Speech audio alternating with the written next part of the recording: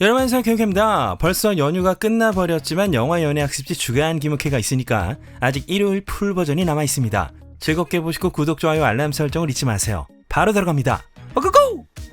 그동안 자신이 트럼프를 지지한다는 루머를 청산하고자 카말라 해리스를 공개해 지지한 테일러 스위프트. 그런데 도널드 트럼프 진영 팀 트럼프가 테일러의 투어에서 팔던 티셔츠를 모방한 티셔츠를 팔아서 비판이 쇄도했습니다. 딱 봐도 베꼈네요. 심지어 트럼프 측은 X를 통해 스위프티들에게 티셔츠를 살 것을 독려하고 있죠. 아예 깨알같이 트럼프 에라 티셔츠라고 이름을 붙였습니다. 그래서 구매 링크로 들어가 보니 뺨! 그리고 이 와중에 빌리 아일리시가 카말라 지지를 표명했네요. We are voting for Kamala Harris and Tim Walz because they are fighting to protect our reproductive freedom, our planet, and our democracy. 이번 대선 결과 과연 어떻게 될까요? 한동안 뜨거웠던 펍 데디, 숀 디디 컴즈 사건이 철창 엔딩을 맞는 걸까요? 디디가 공갈 협박 및 성적인 목적의 인신매매로 체포, 기소되었습니다. 뉴욕 맨해튼에 있는 한 호텔 로비에서 바로 연행해가죠. 오우, 얘 쫀거 봐. 9월 17일 뉴욕 법원에서 열린 재판에서 디디는 무죄를 주장. 변호사는 디디가 가진 거액의 마이애미 부동산을 담보로 보석금을 5천만 달러나 낼 테니 보석으로 빼달라고 요청했으나 판사는 거부. 최종 판결이 나올 때까지 구치소에 투옥될 전망입니다. 기소장에 따르면 디디는 다수의 여성들에게 폭력을 휘두르고 파티를 주최해 남성들과의 행위를 강요하고 촬영했으며 이 과정에서 반드시 약초가 수반되었고 여성들은 파티 이후 링거를 맞아야 했을 정도였다죠. 이 파티, 일명 프리고프는 자그마치 2009년부터 2024년까지 행해졌으며 검찰 측은 목격자 및 피해자의 증언과 호텔 객실 기록과 사용된 비품, 녹화 영상까지도 입수했다고 밝혔습니다. 여기서 끝이 아닙니다. 디디가 개인적으로 여성들을 때리고 발로 차고 머리채를 잡는 등 질 나쁜 폭력을 저지른 혐의, 그리고 2011년 누군가에게 총구를 겨누고 납치한 뒤 어떤 다른 인물의 차량엔 화염병을 던져 불태운 혐의로도 더블 기소되었습니다. 집에선 다량의 총기가 나왔고요.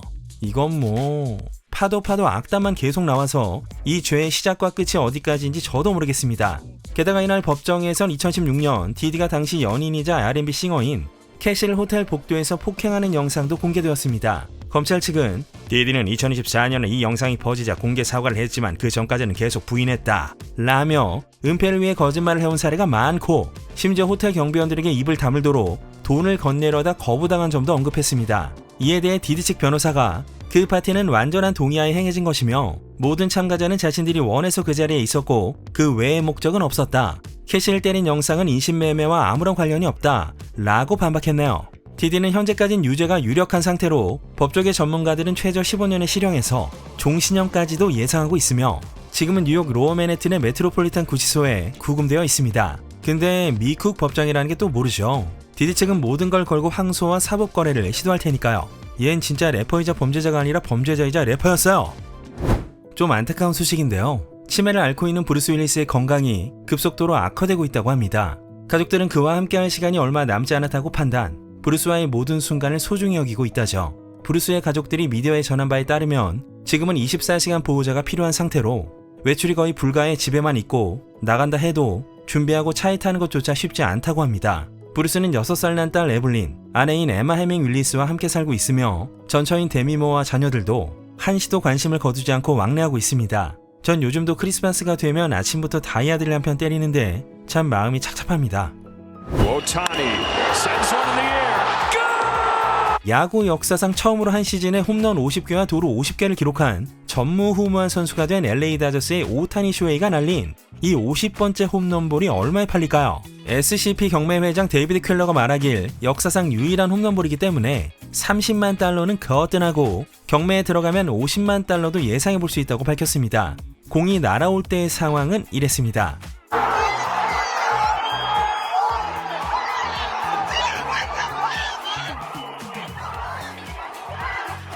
상당히 치열한데 결국 볼을 들어올리고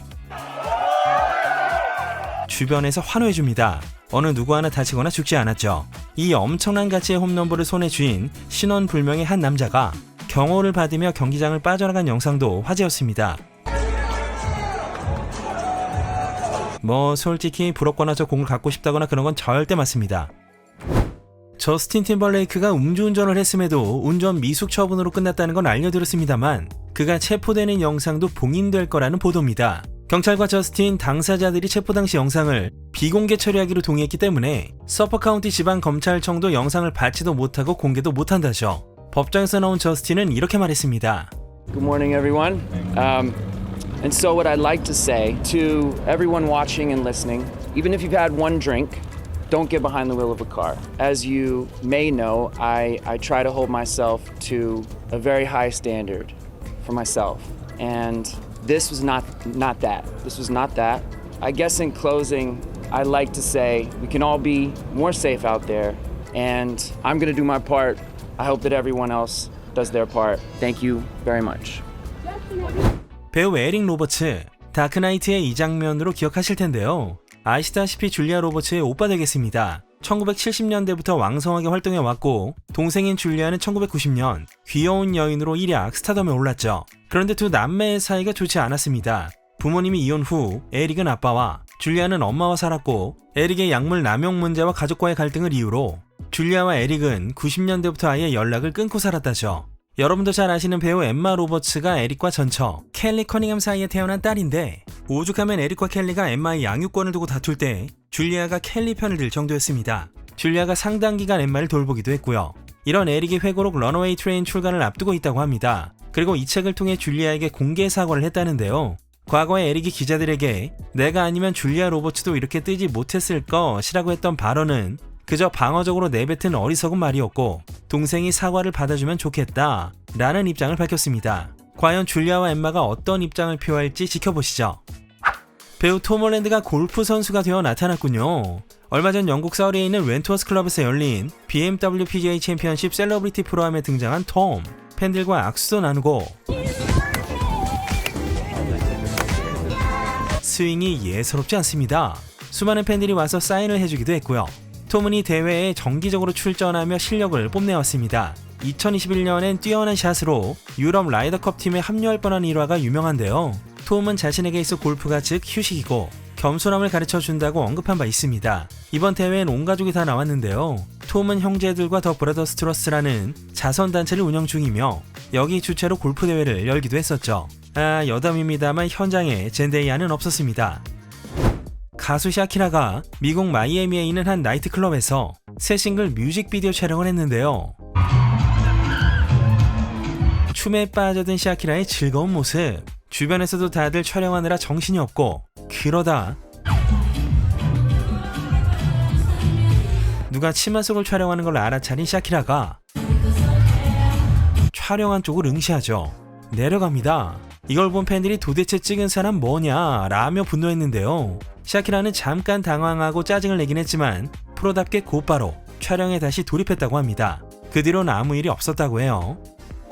킴 카다시안과 페리스 힐튼 등 헐리우드 셀럽들이 자주 찾던 인기 난임 병원 LA에 있는 리프로덕티브 파트너스 메디컬 그룹이 소송에 직면했다는 소식입니다. 한 평범한 부부가 소송을 걸었는데요. 그 이유는 2021년과 2022년에 이 병원에서 난자를 채취해 냉동 보관을 했는데 2023년 10월에 의사인 앤디 황 박사에게 한 통의 전화가 걸려와 청천벽력 같은 소식을 들었습니다. 이곳의 직원 중 한 명이 배알을 인큐베이터에 넣기 전에 라벨을 붙이지 않았고 그런 배알을 꺼내서 그냥 버렸다는 거죠. 그래서 부부는 해명을 요구했지만 제대로 된 기록조차 주질 않아서 결국 소송을 걸었다고 합니다. 이 황 박사가 헐리우드 맘들 사이에선 상당히 유명하죠. 난임을 겪던 킴과 카니에를 황 박사가 도와 둘째인 세인트 웨스트도 태어날 수 있었고 그 바람에 카다시안 가족 예능에도 출연했습니다.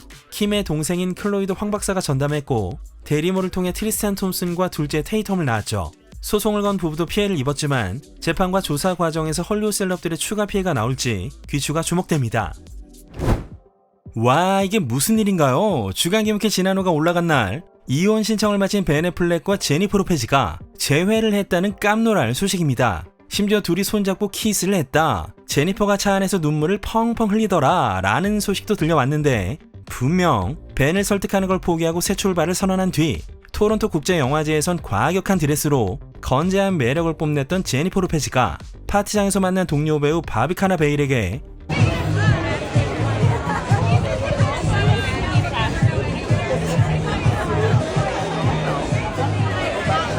라는 발언을 2번이나 했을 정도였고 벤 애플렉은 친구들과 이혼 파티를 준비하며 해방감을 만끽할 거라는 소식이 얼마 전까지만 해도 나왔었는데 어떻게 된 걸까요? 네, 정보통에 따르면 두 사람의 재회는 아이들을 위한 브런치였다라고 합니다. 둘이 만났을 때 제니퍼는 전남편 마크 앤 써니 사이에 둔 쌍둥이 에메와 맥스를, 벤은 전처 제니퍼 가너 사이에 세라피나와 사무엘을 데리고 나왔죠. 올해 18살인 바이올렛은 코네티컷주에 있는 예일대에 진학해서 이 자리엔 없었습니다. 이 관계자는 이어서 제니퍼는 벤과의 관계를 악화시키지 않기 위해 노력하고 있습니다. 이혼은 진행 중으로 현재는 금전적인 면을 두고 조율 중입니다. 아이들이 서로 매우 친하기 때문에 두 사람은 아이들의 행복을 위해서 다시 만났을 겁니다. 라고 증언했습니다. 점심을 먹는 자리에선 아이들을 한 테이블에 앉히고 벤과 제니퍼만 따로 앉아 이야기를 나눴으며, 식사 후 제니퍼 가너가 아이들을 데리고 귀가한 뒤 두 사람은 차에 앉아 심각한 표정으로 대화를 이어가다 제니퍼가 눈물! 그리고 제보를 여러 주셨지만요, 두 사람이 호텔로 향하던 도중에 손을 잡고 키스를 했다는 목격담 보도는 어디까지나 소문이었고요. 오히려 호텔 앞에 있는 두 사람 사이에 불온함이 감지되는 사진이 공개되었네요. 덧붙이자면 벤과 만난 다음날 친구를 만나기 위해 외출하던 제니퍼가 한동안 보인 적 없던 환한 미소를 이렇게 비춰서 혹시나 싶은 언론도 있는 모양입니다. 이혼 협상이 잘 된 걸 수도 있는데 말이죠. 아무튼 혼전 계약서도 없을 만큼 서로를 마지막 사랑처럼 대했던 두 사람, 좀 더 지켜봐야겠죠.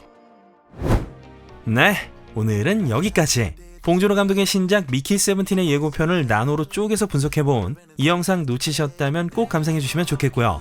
추석 연휴 때 공개된 김욱혜의 팟캐스트 필름보이즈의 경찰 영화 특집 2편도 재밌으니까 시간 되시면 리슨해주십시오. 그리고 오늘 오후 제가 뉴욕 출장을 가서 준비했던 영상이 공개됩니다. 어릴 적부터 좋아했던 작품을 만든 분들을 만나고 왔으니까요. 꼭 봐주시면 감사하겠습니다.